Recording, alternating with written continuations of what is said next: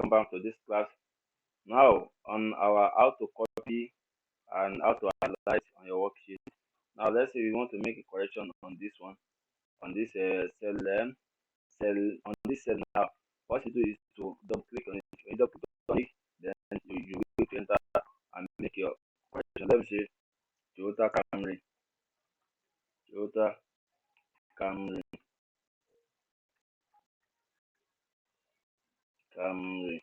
So then enter. You have to make your correction, or you come to your formula bar here, click once and make your correction.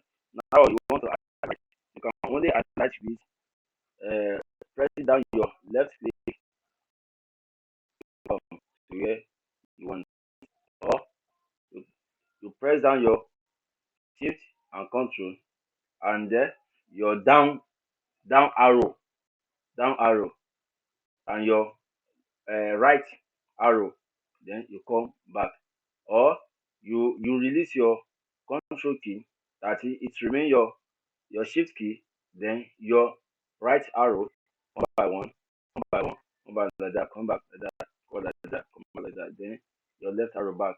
That is how to highlight on the workbook. Let's say we have a larger data like this now.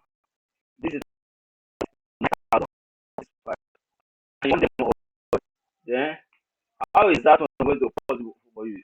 It's going to stress you. Let's say you want to see the end of the data. What you need to do is for you to press your shift key and your control key and your end key. Then it will take you to the last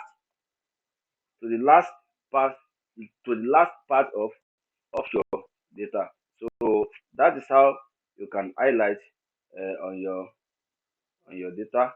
Let us come back to our book 11.